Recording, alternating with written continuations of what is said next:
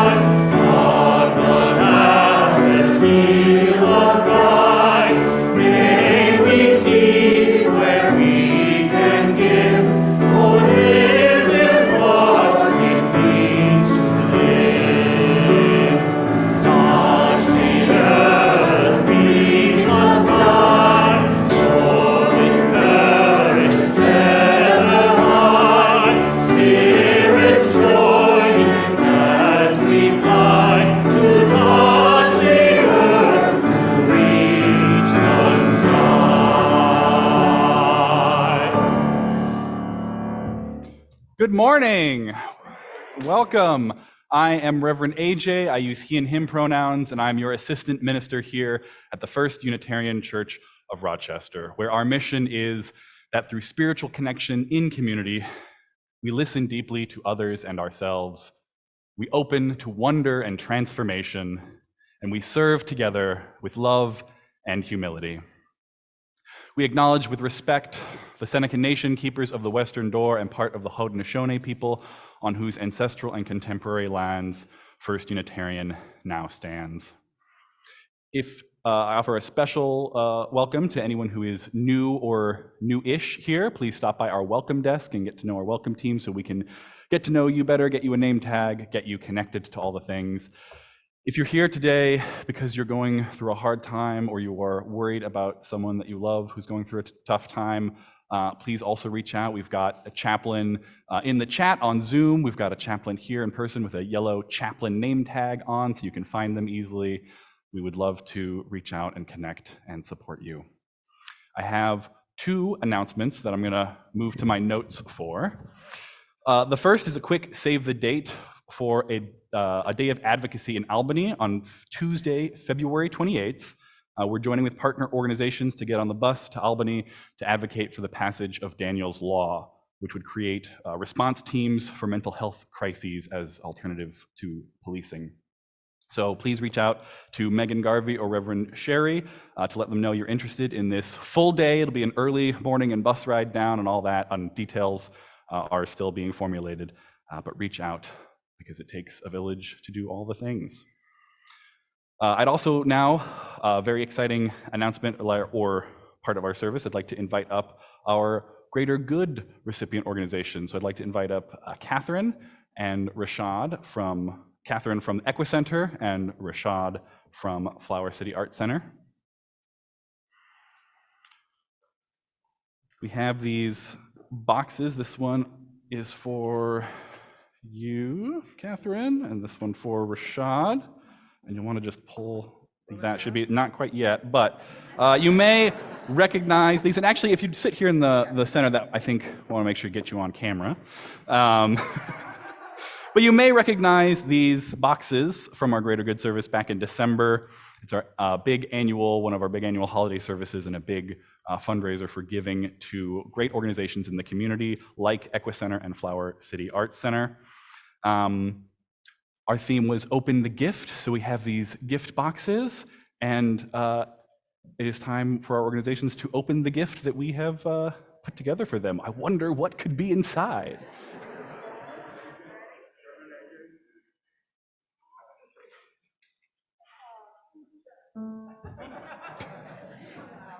Wow, thank you so much.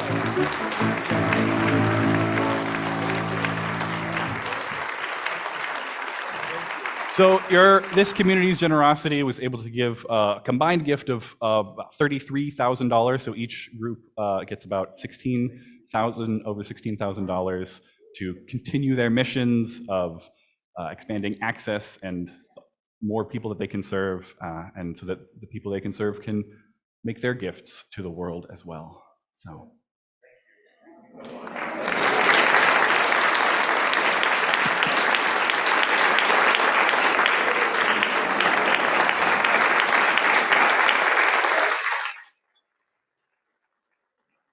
Yeah. We look forward to all the ways that we can partner in the coming year. Yeah. Excellent. As we settle into this sacred hour of worship now, I invite you into a deep breath. I invite you to light a chalice wherever you may be online. And here in the sanctuary, Brownlee will light ours. Please join me in the unison words to light our chalice. Life is a gift for which we are grateful.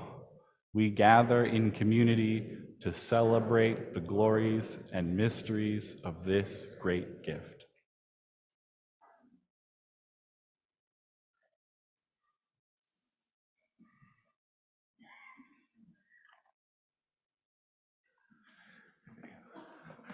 Good morning. I'm Brownlee Field. I use he and his pronouns. My wife and I have owned 3 dogs during our marriage, and I consider myself a dog person because of that. And our daughter got a dog, or a puppy, in 2018. And we traveled down to visit her. And I wanted the dog to like me because, I'm a dog person. So I just had to really show the dog that what a great guy I am. My daughter got the dog from a rescue from a puppy mill, and she thinks he was mistreated probably by a man because he takes to women okay, but not to men. Challenge accepted. Okay. So we went down to Maryland to visit our daughter and our new grand dog, and he was timid and barking at me, and he wanted nothing to do with me.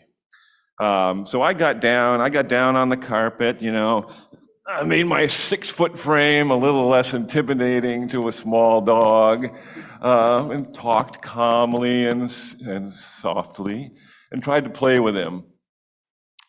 He wasn't having nothing of that, He needed a boundary between himself and this strange man that was invading his property and, apartment. So I went over and I sat next to our daughter on the couch, and he ventured over and sat in her lap, got hugs, and from that safe vantage point, he just stared at me, All right, who is this and why is he here? Well, I helped him find out that there were treats in my pockets. I know, totally unfair, But now he was torn between, safety sitting in my daughter's lap and treats in Grandpa's pockets. So fast forward to today, he comes and stays with us for extended periods, a couple of times a year. He and I are best buddies. We go all over the place. And he still is afraid of other men and barks at them and is fearful. But I am within his circle of trust. And isn't that why we come to church? we all have our own personal boundaries between those we consider, safe and those we consider a little scary. And here we try to foster a community where we can all feel safe, where we recognize and respect one another's boundaries and help to explore those boundaries and perhaps expand them. You never know, there may be treats beyond the boundaries. May it be so. I invite you now to greet your neighbors in our house of worship. And if you're online, type in a greeting into the chat and find out whether your neighbors are a dog person or a cat person or some other kind of person. And be sure to listen for Pablo's music. That's the signal for us to return to our seats. Please greet one another.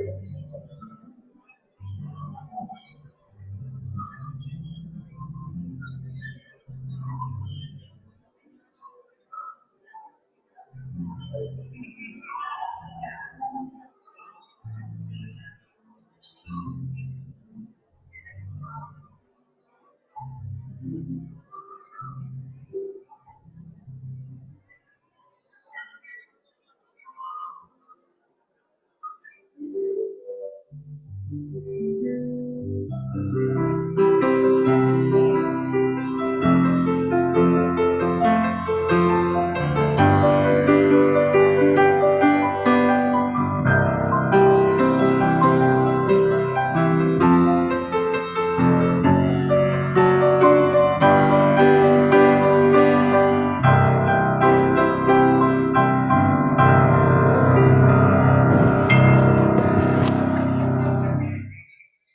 Wonderful.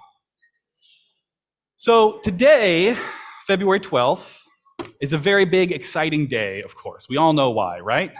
It's Darwin's birthday. It has been increasingly observed as Darwin Day, a day to celebrate Charles Darwin and his contributions to science and humanity and science in general and all his contributions. There will be, for the first time ever, I believe, a community event here in Rochester for Darwin Day. It's going to be next Sunday. There's apparently some kind of big sporting event that the Bills aren't involved in, so I don't know, but they thought it would be better to do it next Sunday. So the event will be held at Brighton Town Park with activities for children and adults. More information can be found at darwindayrochester.com. And so preparing for this auspicious day in worship, I wanted to include the music video that we're about to enjoy. And just to preface it by saying that it uses the magic of auto-tune to make famous scientists and science educators not just talk about the fascinating things revealed by science, but in fact sing it along with music. So without further ado, I give you some peak mid-2000s internet content.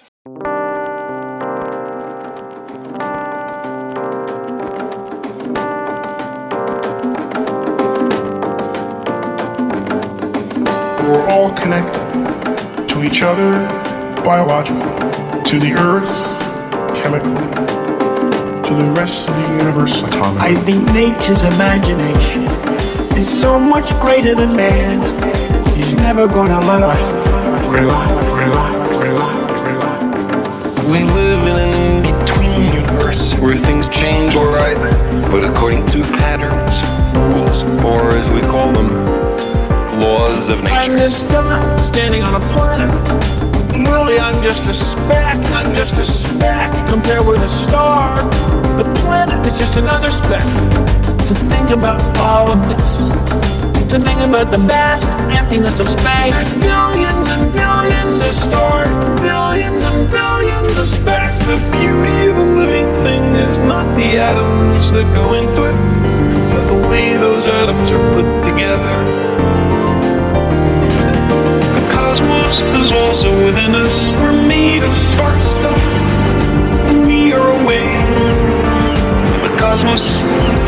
itself. Across the sea of space, the stars are other sun. We've traveled this way before, and there is much to be learned. We're all connected to each other biologically, to the earth chemically, to the rest of the universe atomically. I find it elevating and exhilarating to discover that we live in a universe which permits the evolution of molecular machines as intricate and subtle as we.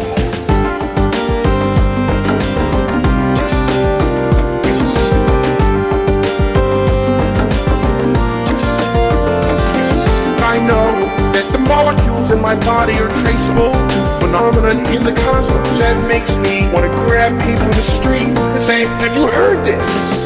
The beauty of a living thing is not the atoms that go into it, but the way those atoms are put together. The cosmos is also within us. We're made of star stuff. We are a way for the cosmos to know itself.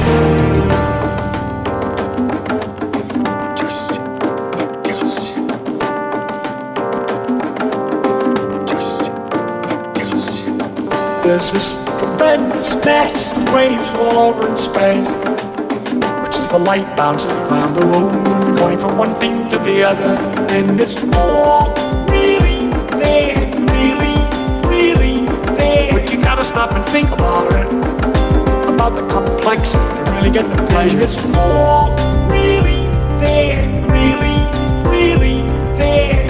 The inconceivable nature of nature.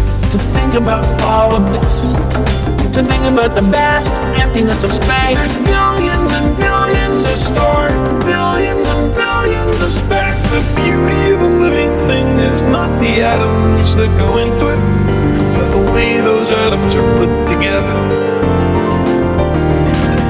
The cosmos is also within us. We're made of star stuff. We are a way for the cosmos to know itself. Across the sea of space, the stars are other sun. We have traveled this way before, and there is much to be learned.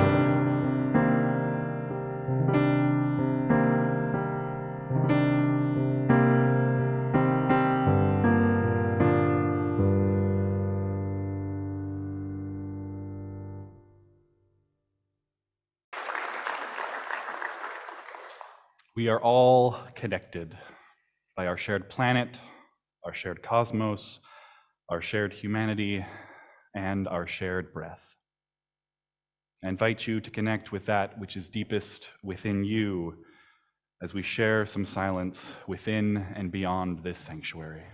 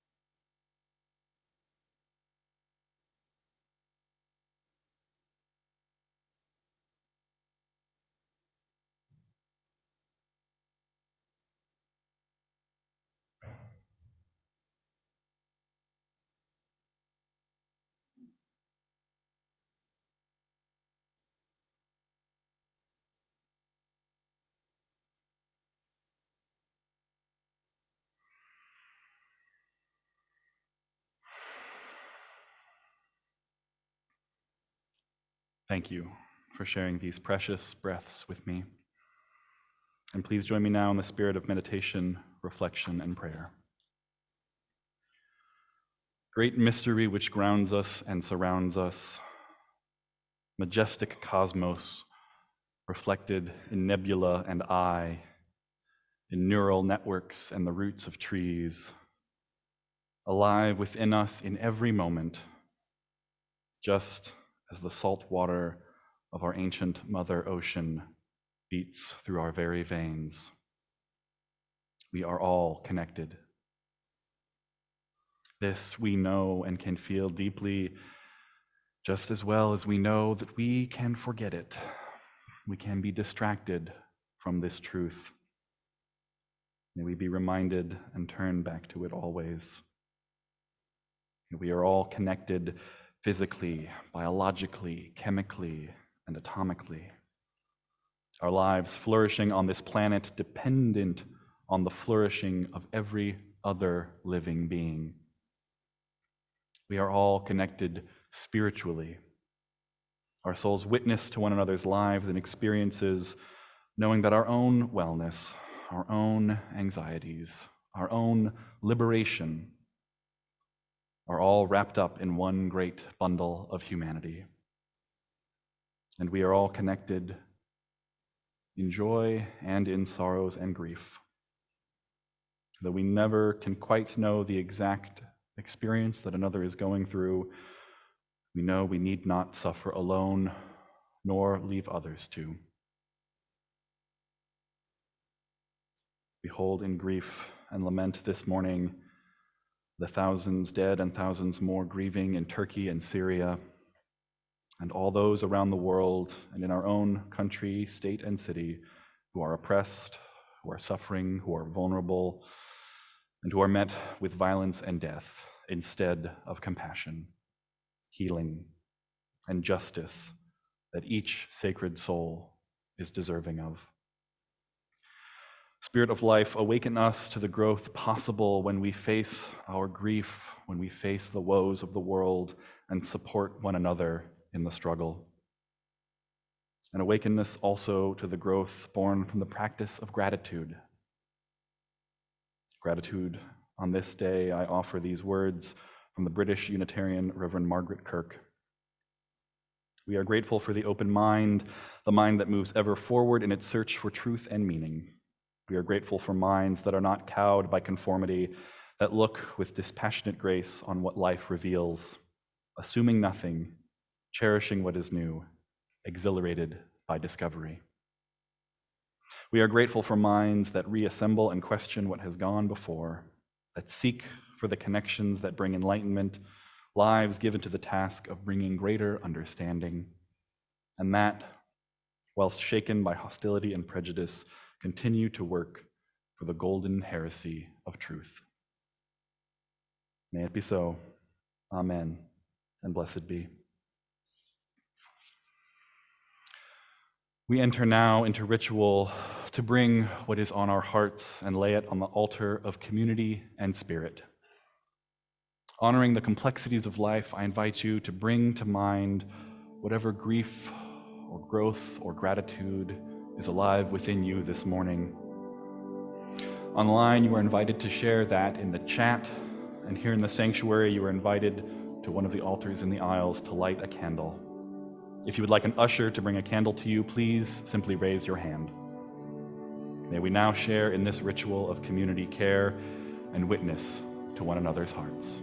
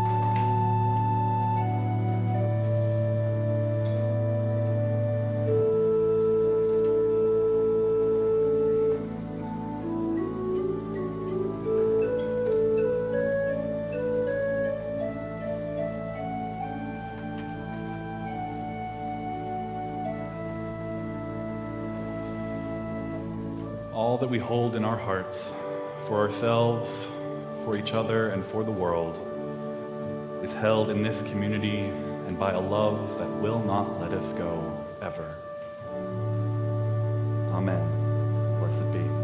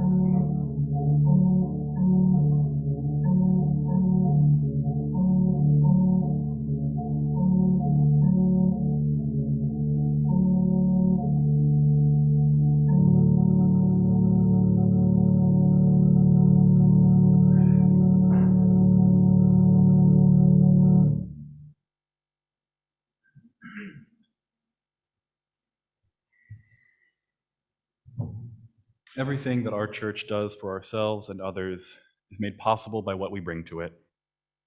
And so each week, we practice shared generosity to support the work and witness of Unitarian Universalism in Rochester. And as part of the spiritual practice of generosity, half of our Sunday offering goes to a partner organization working to create a more just and loving world. This week, half of our collection will support Rochester Ecology Partners. This is a young organization formed in 2020 with a mission to help everyone find nature where they live, work, and play. They develop nature-based learning programs for young people and families in the greater Rochester area, and they believe that our community's most pressing challenges can be solved with an approach that considers how everything is connected. We are all connected. You can give online at donate.rochesterunitarian.org or by Venmo or in the baskets that will be passed around the sanctuary by our ushers. In the spirit of abundance and generosity, our offering will now be given and humbly received.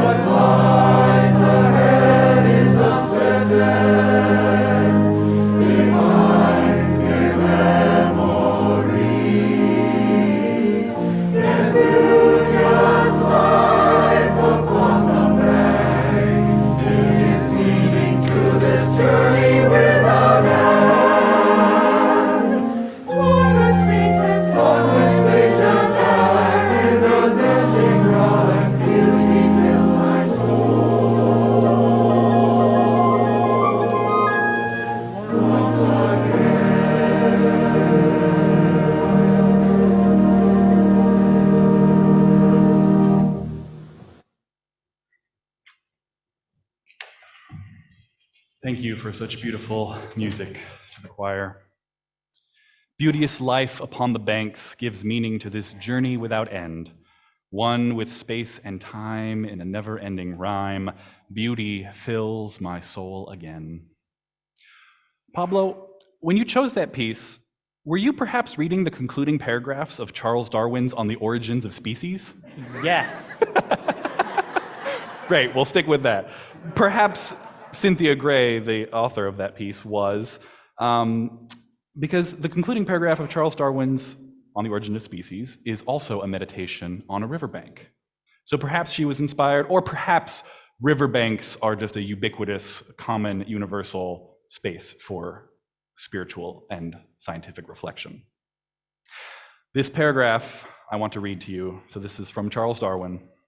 It is interesting to contemplate an entangled bank, clothed with many plants of many kinds, with birds singing on the bushes, with various insects flitting about, and with worms crawling through the damp earth, and to reflect that these elaborately constructed forms, so different from each other and dependent on each other in so complex a manner, have all been produced by laws acting around us. There is grandeur in this view of life. Whilst this planet has gone cycling on according to the fixed law of gravity, from so simple a beginning, endless forms, most beautiful and most wonderful, have been and are being evolved. End quote. So why celebrate Darwin Day, and this science of evolution? Well, simply put, for me, it's because there may be no clearer or more impactful example of how truth revealed by science then informs religious thought, and in particular, the relationship between the science of evolution and the history and present and future of Unitarian Universalism. Now, Darwin himself was about as Unitarian adjacent as one could get. His mother was a Unitarian, and she took him to church with her until her death when he was 8, after which he grew up attending Anglican services, but in his adulthood, he married a Unitarian and stopped attending church, ultimately claiming an agnostic theology. But many of his objections to Christianity as he knew it, as it was presented to him, like many humanists and freethinkers before him and after him, including some of his own ancestors, the objections were as much related to morals and moral theology as they were to science and empiricism. The problem of suffering, for instance, was important for him. Darwin could not see the work of an omnipotent and benevolent deity in all the pain and suffering in the harsh reality of animal life. He also came to his agnosticism by way of universalist sensibilities. To quote Darwin directly, he could hardly see how anyone ought to wish Christianity to be true. For if so, the plain language of the text seems to show that the men who do not believe, and this would include my father, brother, and almost all my best friends, will be everlastingly punished. This is a damnable doctrine. Now, Universalist Christians of the 19th century, his contemporaries, also would have found that a damnable doctrine. That's why they believed in the universal salvation of everyone. They had a different reading of that plain language of the text, but whether Darwin was unfamiliar with such interpretations of the Bible, or if he was simply unpersuaded by those arguments, the fact remains his compassion, as much as his empiricism, led him out of the church. But there is another 19th century figure I want to contrast and put in conversation with Darwin, who was himself in at least indirect conversation with Darwin, an American Unitarian minister who also held tightly to empathy and science, but led by these convictions, he was led deeper into religion rather than out of it. I am speaking of a former minister of this church, in fact, and one with possibly the best name for a 19th century proto-humanist, science-informed Unitarian minister, Newton Mann. If you are not familiar with him, you may find a plaque in his honor here in the church, in the church walls somewhere, which identifies him as the first American minister to preach the doctrine of evolution. Now, here's the quiz part. Anyone have a guess and if you know the answer, hold back, but just knowing, okay, first American minister to preach the doctrine of evolution, when do you think that would have been? Any guesses? The beginning of the beginning of the 20th century? The beginning of the 19th century. Well, so Darwin's On the Origin of Species was published in 1859. So we've got, that's when it was published. How long do you think it took until this first American preacher preached the doctrine of 100 years? So the mid-60s? Try a few months. As a young man, hardly even out of seminary, Newton Mann preached a sermon in 1859, the very same year that On the Origin of Species was published, called The Implication of Darwin's Philosophy. Now, we know that this sermon was given in Cincinnati in the year 1859. Not sure the exact date, but On the Origin of Species was published in November of 1859. So it may have been even a matter of weeks. For Newton Mann, the evolution was a defining ingredient of his theology and philosophy, as he began to develop the idea, along with many other Unitarians, of talking about liberal religion more broadly, which was indebted to, but ultimately beyond, Christianity. Newton Mann wrote in this sermon, "The Origin of Species marks a determining break in the whole history of thought. The theory of special creations of man, of everything that falls within the realm of nature, is from now on effectually disposed of. Disposing of the special creation of Adam brings the fall of the doctrine of original sin. With the fall of the doctrine of original sin falls the Christian scheme of redemption and atonement." And so again, we can see how, well, in many ways it was a rejection of the Christian myth. There is this movement towards Unitarianism and towards universalism, of doing away with original sin and everlasting punishment. However, even among Unitarians at that time, this progressive theology was not received with the greatest warmth. Upon completing his education, there was no church that called Newton Mann or ordained him. He served in the Western Sanitary Commission during the Civil War, and in 1865, he was finally ordained, but it was ordained by a congregation that he himself had organized. So there were people who agreed with his thought, they just had to start their own church. As time went on, though, he proved himself and his ideas gained more acceptance, and he served many churches, including right here in Rochester between 1870 and 1888. Now, Newton Mann was not only a clergyman, but also a scientist. He built his own astronomical observatory here in Rochester and made several discoveries in that field.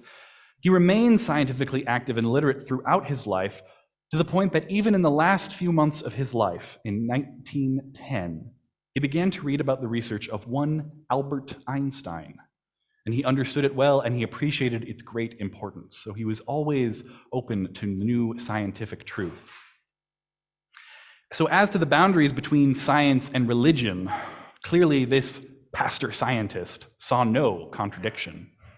He remained a Unitarian and a believer in a great mind and purpose to the universe, appropriately called God, but as I called him earlier, he might well be considered a proto-humanist, moving away from Christianity.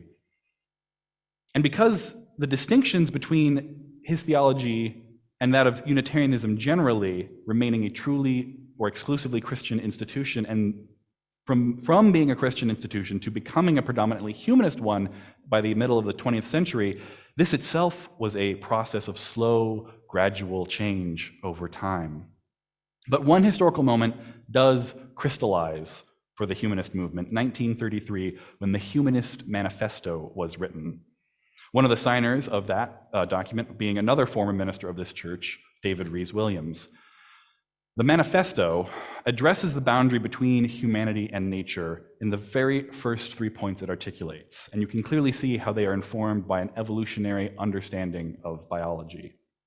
First, religious humanists regard the universe as self-existing and not created. Second, humanism believes that man is a part of nature and that he has emerged as a result of a continuous process.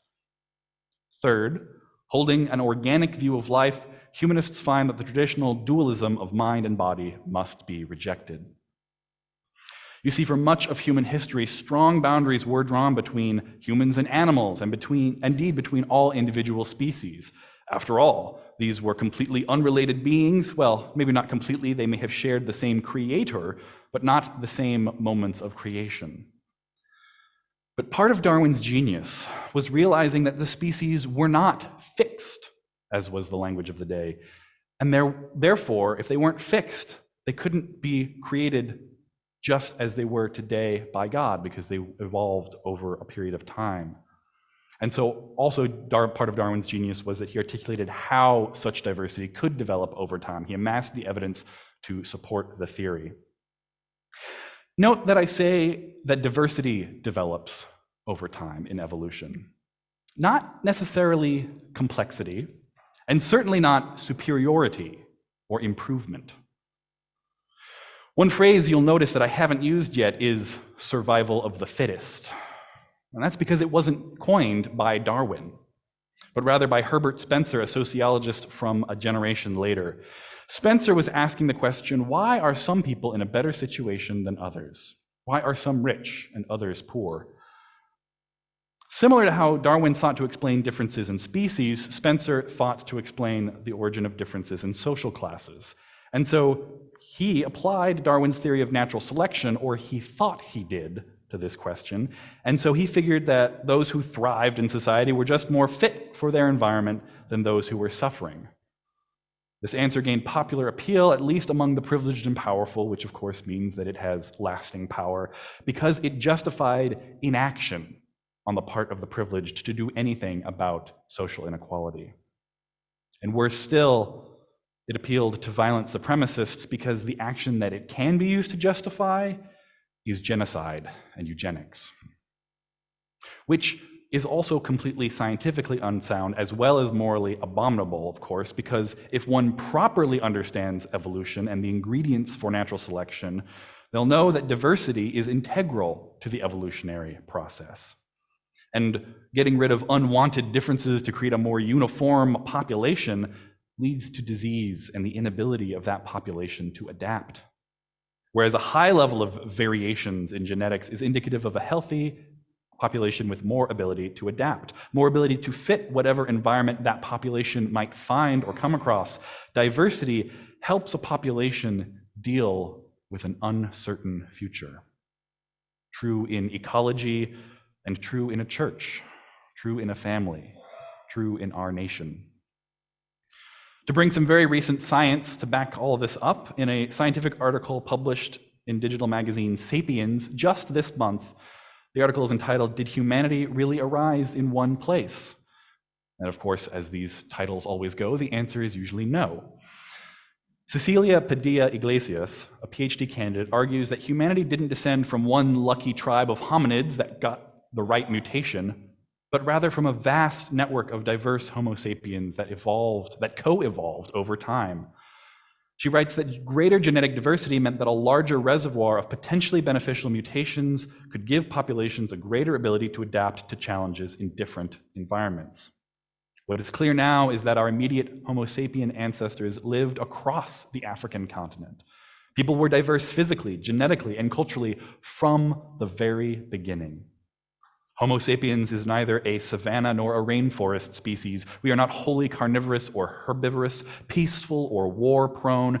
We did not descend entirely from the Hadza or the San lineage, because there was never one ancestral human population. We are a rich blend of many groups that have lived in extremely diverse environments for thousands of years. Diversity of all kinds is good for us. Though again, one does not need these scientific evidence and scientific reasons to reject the racist and classist and eugenicist worldview of social Darwinism. The moral objection is quite sufficient. Just as Darwin's moral doubts about a loving, omnipotent God were sufficient to dispel his belief in Christianity as much as his scientific doubts were. And for Newton Mann, who was perhaps Darwin's greatest fanboy among the Unitarians, he was not tempted by the lies of eugenics either, as far as my research has indicated. And in fact, he embraced Christian socialism. To quote from his last book, The Import and Outlook of Socialism, he disavows any explanation for inequality based on fitness or morality. Quote, "We shall never have done with war or preparation for war as long as the existing social orders hold sway.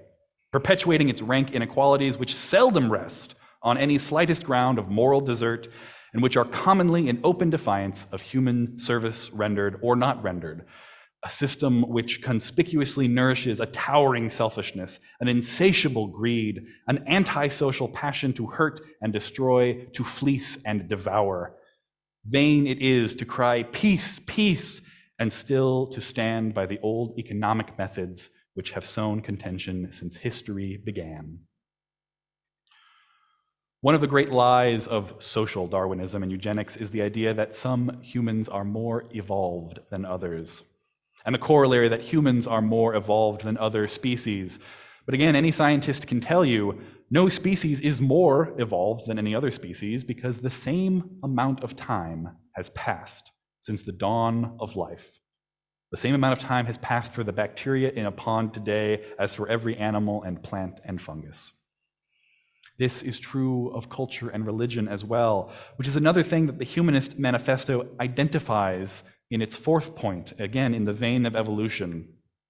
Humanist Manifesto. Fourth, humanism recognizes that man's religious culture and civilization, as clearly depicted by anthropology and history, are the product of a gradual development due to his interaction with his natural environment and with his social heritage.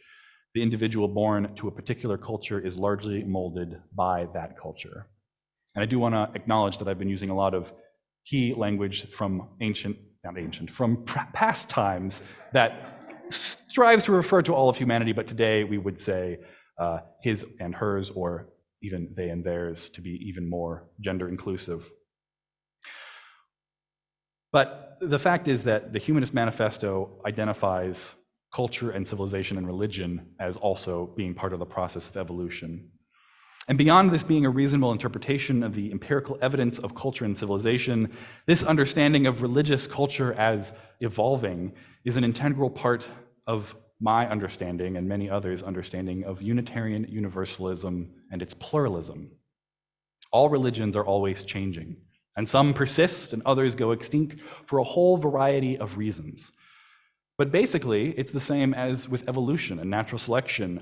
Those religions, those species, those societies that are good at persisting are more likely to persist. Which we should note, especially in the context of religion, is not the same as saying that those that are the best articulators of truth are the most likely to persist. And yet that is our great calling, to search for truth and meaning. But when we make our mission, or when we act like our mission is to grow in numbers, to stay alive as an institution or a denomination, to persist, we've mistaken survival as our calling instead of our calling to seek and serve the truth. And yet there is, for me, no worry about survival, because I think Unitarian Universalism is uniquely positioned to survive and to adapt for the very reason of its diversity and openness to newly unfolding truth. Ours is often referred to as the living tradition, always evolving, reimagining itself, and listening to the latest thought in science, theology, and social movements. And there's little better example than the current work going on at the denominational level to re-articulate our UU values for the current moment. So this new draft of our values is coming together, and an earlier draft was proposed that named evolution as one of 6 UU values. But in a more recent draft, that title has been changed to transformation. This process itself is, of course, an example of the very thing that it is referring to: evolution, transformation, changing the articulations that we use. And if being part of that process for Unitarian Universalism excites you, come talk to me about attending this summer's General Assembly of the Unitarian Universalist Association, where all this process will be unfolding. Now, whether we call the value evolution or transformation, the point is that it can also be put by paraphrasing Universalist Louis Fisher: we don't stand for anything, we move. Or back to Newton Mann, as he said in a sermon called Of Science and Religion, we quite mistake the order of religious development when we take any movement as final. There is no finality, there is always evolution and change and growth. At the end of the day, I think the main reasons to celebrate Darwin and to embrace evolution in all its forms is twofold. First, our own knowledge is never complete. We never know everything, which means that we are always learning, or ought to be.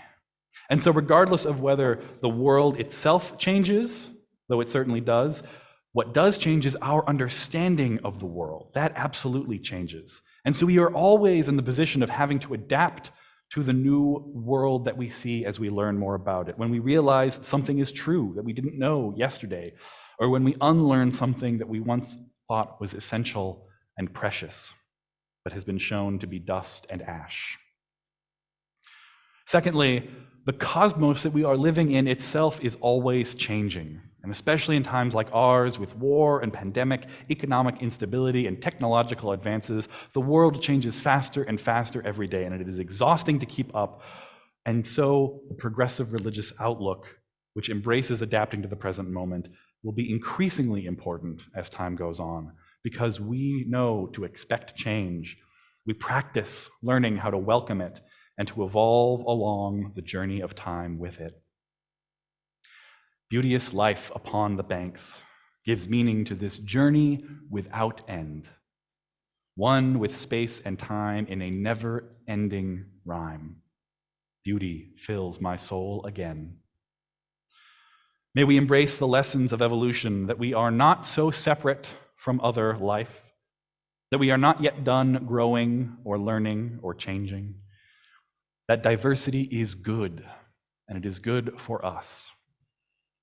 May we strive ever to live out also the humility that the heights of science and the depths of theology call our attention to, and learn always from the magnificence and the mystery of nature. Please join with me now in singing hymn 175, We Celebrate the Web of Life.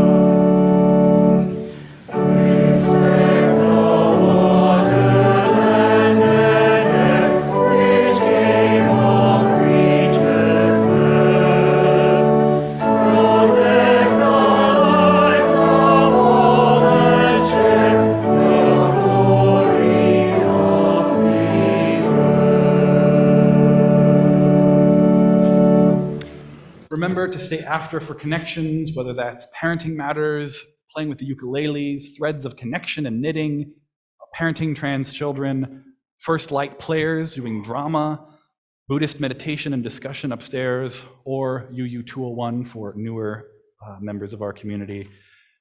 There is much more connection and growth and learning to be had this morning. I invite you now to extinguish the chalice with our shared words. We extinguish this flame, but not the light of truth, the warmth of community, or the fire of commitment.